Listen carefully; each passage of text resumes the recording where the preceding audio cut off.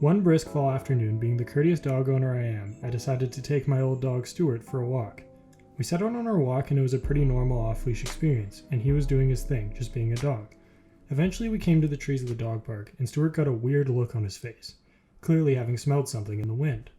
Almost instantly he took off deep into the trees and out of my view. I just continued on my way though, hoping he'd catch up since this was nothing new, but he didn't. All I could hear was two large beings flying around the trees making all sorts of crashing noises.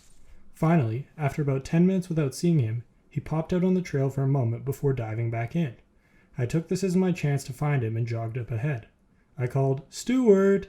and stepped into where he popped out, thinking the most recent crash had to have been my dog. Instantly, I realized what the smell he had picked up was.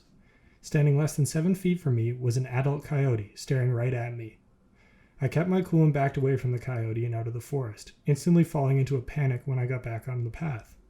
I sprinted to the hill at the top of the park, which overlooked the forest so I could get the higher ground.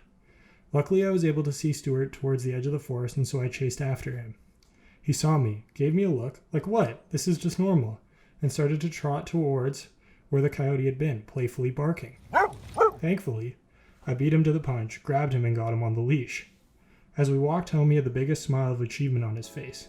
To this day, we call that coyote Juliet, because as it turns out, Stuart had been playing with it on and off for the last month or so, and as my mom described it, it was a forbidden love.